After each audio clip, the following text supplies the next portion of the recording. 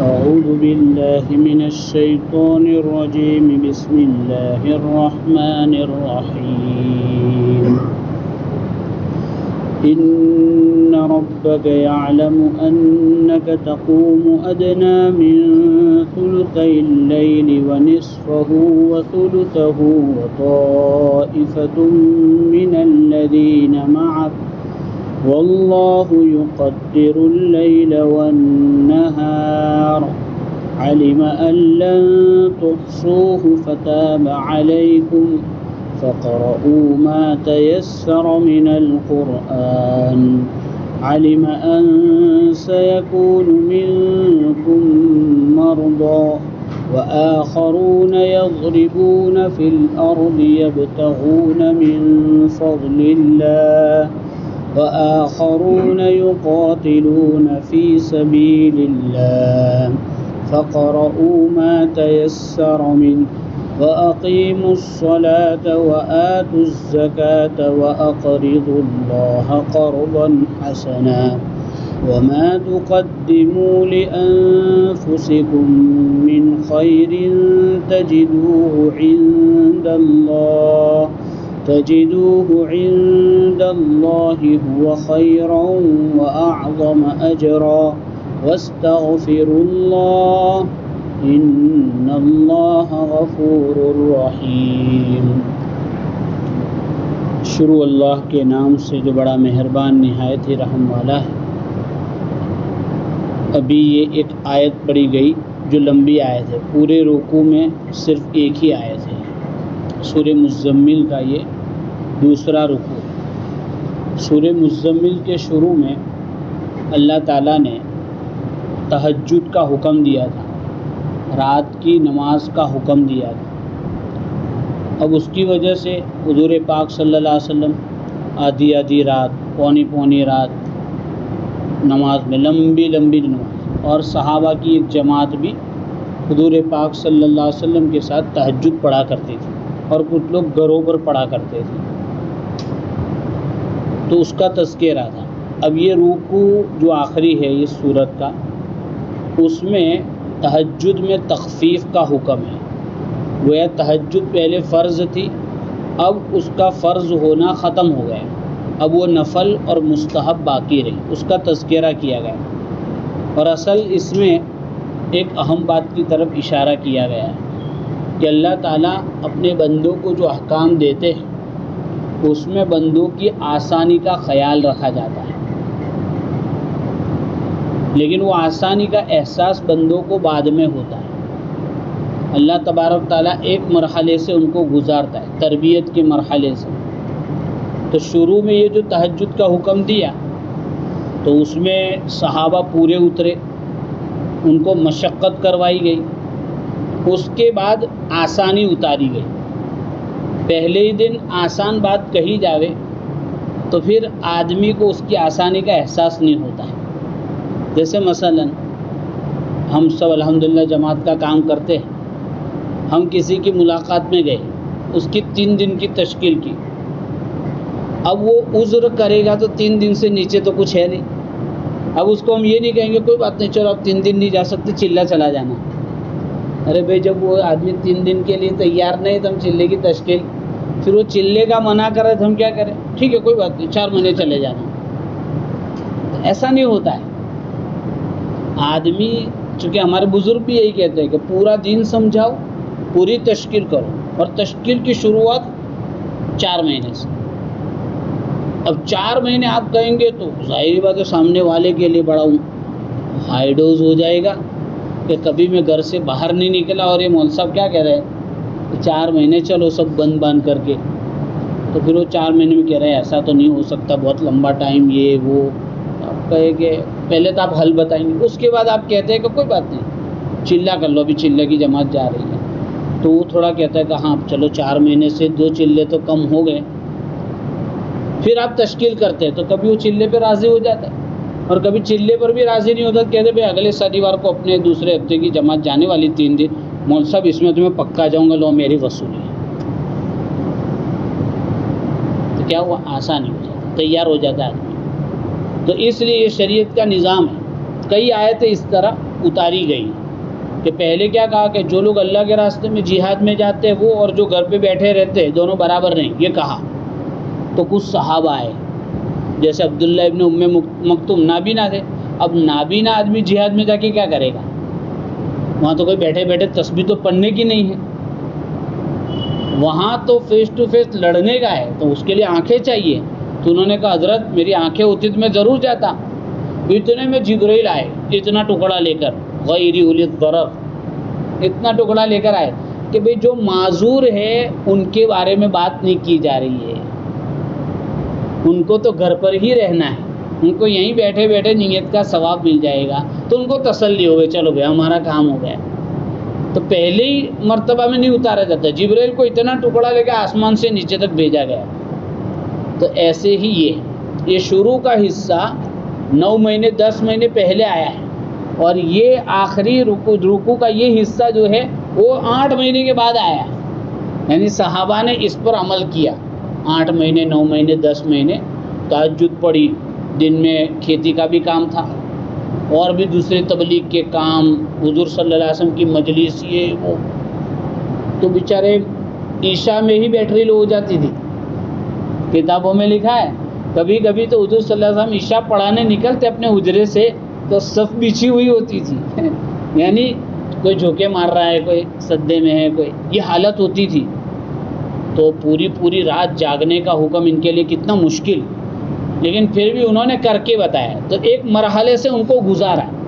اب اس کے بعد اللہ تعالیٰ کہہ رہے کہ آپ کا پروردگار اچھی طرح اس کو معلوم ہے کہ آپ رات کے 2/3 یعنی 12 گھنٹے میں سے 8 گھنٹے کے قریب جاگ رہے، یا 12 میں سے 6 گھنٹے جاگ رہے، یا 12 میں سے 4 گھنٹے، اور آپ کے ساتھ ایک جماعت بھی ہے صحابہ کی، وہ بھی عمل کر رہی ہے۔ واللہ یقدر اللیل والنہار، اللہ تعالیٰ رات اور دن کے اندازے کو جانتے ہیں۔ کیا مطلب؟ یعنی رات کتنی لمبی ہے کتنی چھوٹی اللہ کو معلوم ہے۔ دوسرا مطلب یہ کہ آپ لوگ تو نماز میں ہوتے ہو تو آپ کو اندازہ نہیں ہوتا ہے کہ کتنی رات گزر گئی، کیونکہ نماز جو تھی ان لوگوں کی فیوریٹ تھی۔ جیسے میرا اور آپ کا فیوریٹ ہے موبائل۔ ابھی میرا سر دکھ رہا ہے، آنکھ دکھ رہی، لیکن جو موبائل کھول کے میں بیٹھوں تو کتنے بج رہے ہیں پتہ چلنے والا بولو، موبائل چالو رہے گا آنکھ بند ہو جائے گی۔ تو یعنی یہ سمجھانے کے لیے کہہ رہا ہوں کہ ہمیں جتنا موبائل کا شوق ہے نا، اس سے کہیں زیادہ شوق ان لوگوں کو نماز کا تھا۔ اس لیے اللہ کہہ رہے کہ تم کو تو بھان نہیں ہے کہ کتنی دیر ہو گئی تہجد میں، اتنی دیر ہو جاتی کہ پیر سوج جاتے تھے۔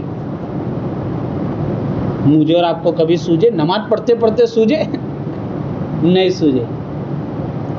بہت سارے دوسرے کام کرتے ہوئے سوج گئے ہو، کھیلتے کودتے کوئی دھندا کرتے، لیکن نماز پڑھتے تو آج تک پیر نہیں سوجے۔ اور نماز پڑھتے پڑھتے ایسا تراویح میں کبھی کبھی ایسا ہوا ہو کہ پیر دکھ رہے لیکن سوجے تو نہیں ہیں۔ تو اللہ کہہ رہے کہ تم لوگوں کو اندازہ نہیں، اللہ کو اندازہ ہے کہ رات کتنی ہوئی۔ پھر اس کے بعد اللہ فرماتے ہیں علیمہ، چونکہ وہ لوگ تو کیسے تھے، چھت گر رہی ہے پتہ نہیں، گھر میں سانپ آ گیا ہنگامہ ہو گیا پتہ نہیں، تیر نکال رہے بدن سے نماز میں پتہ نہیں، وہ 2 آدمی سیکیورٹی کے لیے کھڑے ہیں، نماز میں سورہ کہف شروع کر دی، تیر پہ تیر لگ رہے، نماز نہیں توڑ رہے۔ پھر آخر میں کہا کہ اگر میں نماز نہیں توڑتا تو میری ذمہ داری میں کمی آ جاتی، اس لیے توڑی، ورنہ پھر بھی نہیں توڑتا، میں ایسے ہی مر جاتا میں۔ تو یہ ان لوگوں کی نماز کی بات تھی۔ اللہ ہمیں بھی اس کا کچھ مزہ نصیب کر دے۔ پورا تو سوچ بھی نہیں سکتے ہم، لیکن تھوڑا تو کم سے کم سوچے اپنے زمانے کے اعتبار سے کہ اللہ تھوڑا مزہ نصیب کر دے۔ علیمہ اللن تحصو، اللہ جانتا ہے کہ تم اس کو احاطہ نہیں کر پا رہے کہ کتنا وقت ہوا۔ فتاب علیکم، اللہ تعالیٰ نے تمہارے اوپر توجہ فرمائی۔ فقرؤ ما تیسر من القرآن، جتنا پڑھ سکو اتنا قرآن آسانی سے پڑھ سکتے ہو پڑھ لو، چونکہ تہجد میں ایک رکن ہے قرات، ہر نماز میں ہے، قرات تو کرنی تو وہ بہت پڑھتے تھے، یعنی زیادہ پڑھے تو ہی تو لمبی نماز ہوگی نا، میری اور آپ کی طرح انا آتے نہ قل اللہ احد پڑھے تو 5 منٹ میں 4 رکعت پوری تہجد، اور 1 رکعت میں 1 منٹ میں دعا، 6 منٹ میں تو الحمدللہ تہجد کا معمول پورا ہو گیا. اگر اتنا بھی نصیب ہوتا ہے تو ہمارے لیے تو غنیمت ہے. لیکن ہماری تہجد یہ ہے انا آتے نہ قل اللہ احد والی. آنکھ بھی آدھی بند، دماغ بھی آدھا چل رہا ہے، نہیں چل رہا ہے، لیکن نماز تہجد چل رہی ہے. اللہ وہ بھی گاڑا گبڑا دیتا ہے ہمارا. فقرؤوا ما تيسر من القرآن، جتنا آسانی سے ہو سکے وہ پڑھ لو. تو ان کے وہاں تو آسانی میں بقرہ آ جاتی تھی، اور اپنے تو سوچے کہ انا آتینا سے بھی چھوٹی کوئی صورت ہے کہ نہیں، سب کوئی آیت ہے کہ نہیں. وہ کبھی بہت سفر میں ہو، ایمرجنسی میں، تو کوئی ایسی آیت بتا دو نا کہ انا آتینا قل اللہ احد کے بغیر وہ آیت پڑھ کے رکوع کر دے وے. تو ایسا ہوتا ہے. ہماری تو چاہت یہ اللہ کہہ رہے جتنی آسانی ہو جائے کر لو. علیمن سیکون، اللہ کو معلوم ہے کہ تم لوگوں میں بیمار بھی ہوں گے. اللہ کو تو معلوم ہے. جب انسان کی طبیعت کی حالت پر بھائی آج تو پڑھ رہا ہے تہجد پوری رات، آدھی رات، لیکن کل کو بیمار بھی ہوگا تو بیماری کی حالت میں تو وہ ہو نہیں سکے گا. اس لیے ابھی پڑھ رہا ہے کوئی بات نہیں، لیکن بیمار ہو تو ہلکا کر دو، کوئی بات نہیں. وآخرون یضربون فی الارض، اور کچھ لوگ ایسے ہیں جو زمین میں دھندا پانی کرنے کے لیے جاتے ہیں.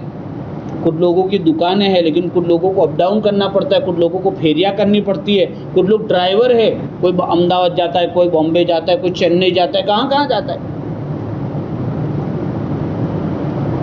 ابھی تو عید آئی نہیں، بہن کا فون آیا کہ بہنوں ہی گئے ہیں، عید کر کے آئیں گے وہاں سے، ڈرائیونگ پہ گئے ہیں. ابھی تو عید آئی نہیں، گئے ہیں عید کے بعد آئیں گے. تو کہا یبتغون من فضل اللہ، کہ کچھ لوگ زمین پر دور تک دھندا کرنے کے لیے بھی جاتے.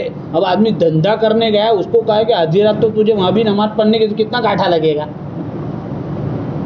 ہے کہ نہیں. گھر پہ ہے بات الگ ہے، سفر کا مسئلہ الگ ہے، بیماری کا. تو اللہ نے کہا ہم کو معلوم ہے.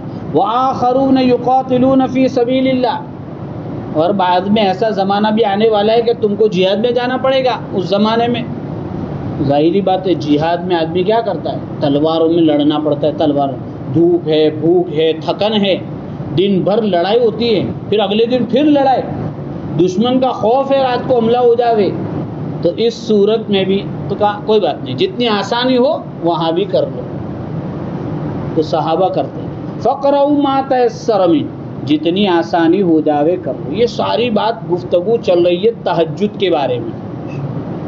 تو اس سے پتہ چلتا ہے کہ اللہ تعالیٰ نے تہجد کے لیے پوری سورہ مزمل اتار دی. اور اس تہجد کو ہم خالی رمضان میں پڑھتے ہیں یا پھر جماعت میں جاتے ہیں تو پڑھتے ہیں. جس تہجد کے لیے اللہ نے پوری سورہ مزمل اتاری وہ تہجد ہماری زندگیوں سے غائب ہے. حالانکہ وہ تہجد کا وقت کتنا پیارا ہوتا ہے، کتنا سہانا ہوتا ہے. بلکہ صحیح بات یہ ہے کہ وہ اللہ تعالیٰ نے اپنی خصوصی ملاقات کے لیے وہ وقت رکھا ہے.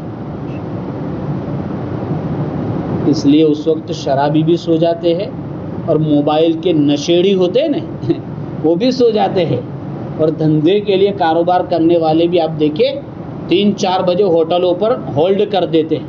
اور بہت سارے لوگ تو جہاں ٹرننگ ہوتی وہیں پہ سائڈ پہ کر کے روک دیتے ہیں، یہ بھی ہوٹل بہت دور ہے اب سو جاؤ. یعنی اللہ تعالیٰ ایسی نیند طاری کر دیتے ہیں. اور اس وقت کچھ لوگ اٹھتے ہیں اور اللہ سے باتیں کرتے ہیں، امت کے لیے بھی روتے ہیں اور اپنے حالات کے لیے بھی روتے ہیں. حضرت مولانا حسین احمد مدنی رحمۃ اللہ علیہ کا قصہ پہلے بھی میں سنا چکا ہوں کہ ہمارے علاقوں میں یہاں آتے تھے آپ لوگوں کے زمانے میں. ہم تو دنیا میں بھی نہیں تھے اس وقت، آپ لوگوں کے زمانے میں. تاکہ کہتے تھے کہ دیہاتوں میں سے جو بیل گاڑی ہوتی ہے نا، اس میں سے بیان کر کے آتے 12-1 بجے، اور پھر 2:30 بجے دیکھو نا تو مصلی پر وہ آدمی رو رہا ہے. بیل گاڑی کا سفر آدمی کو تھکائے گا نہیں، بوڑھے آدمی کو اور تھکائے گا. آ کے 1-1.5 گھنٹہ سویا نہیں سویا، 2:30-3 بجے تو مصلی پر آدمی آ گیا. یہ مولانا عبداللہ کاپت روی نے بیان کیا کہ ایک سفر میں آئے تھے تو میں نے سوچا کہ دیکھوں تو صحیح، تو ساتھ میں روم میں رہا نا تو میں تو سو رہا تھا برابر، لیکن دیکھا تو یہ حالت تھی.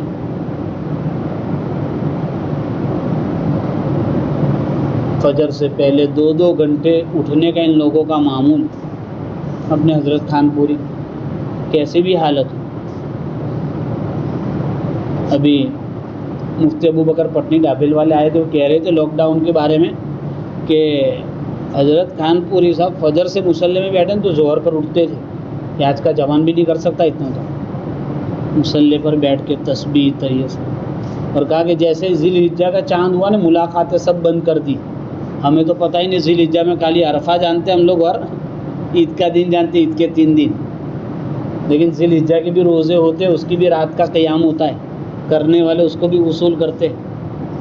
تو یہ چیز ہے. اس کے بعد کہا وَأَقِيمُوا الصَّلَاةَ، یہ فرض نمازوں کے بارے میں کہ نماز بھی، فرض نماز بھی پڑھو. گویا اب تہجد کے فرض تو ختم ہو گیا ہے، لیکن 5 وقت کی نماز فرض ہو. آتوا الزکاۃ، مالی عبادت بھی کرو. وَأَقْرِضُوا اللَّهَ قَرْضًا حَسَنًا، اور زکوٰۃ کے علاوہ دوسرے مالی عبادتیں، نفلی صدقہ، گھر میں خرچ کرنا، نفقہ دینا، رشتہ داروں کا خیال رکھنا، غریبوں کا خیال رکھنا، بیواؤں کا خیال رکھنا، یہ بھی کرو. اور اللہ تعالیٰ نے اس کو کہا قرض. دیکھو دنیا میں ایک آدمی کو آپ ہدیہ دو تو معلوم ہے آپ کو کہ آپ کو واپس لینا نہیں ہے، اور آپ قرض دیتے تو آپ کو یہ ہوتا ہے کہ بھئی مجھے واپس ملے گا. تو اللہ کہہ رہے کہ یہ جو تم خرچ کر رہے ہو قرض ہے، اور قرض بھی کس کو دے رہے ہو تم؟ اللہ کو.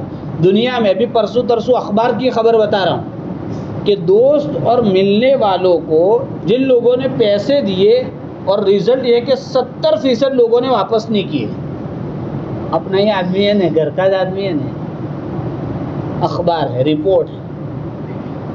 اللہ نے کہا کہ آپ اللہ کو دے رہے ہو، وہاں آپ کا کبھی بھی گھاٹا ہونے والا نہیں ہے، پورا پورا ملے گا. وَأَقْرِضُوا اللَّهَ قَرْضًا حَسَنًا وَمَا تُقَدِّمُوا لِأَنفُسِكُم مِّن خَيْرٍ، جو کچھ بھی تم اپنے لیے آگے بھیج رہے ہو اچھے کام، نماز، روزہ، عبادت، نفل، یہ تجدوہ عند اللہ، تم اللہ کے پاس اس کو پاؤ گے.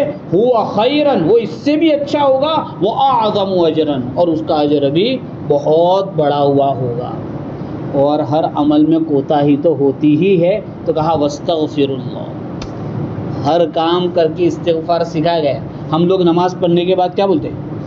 اکثر ساتھی بولتے استغفر اللہ استغفر اللہ استغفر اللہ. تو کوئی نیا آدمی تو یہی سمجھے کہ یہ لوگ شاید گناہ سے فارغ ہوئے. نماز کے سلام سے کس سے فارغ ہوئے؟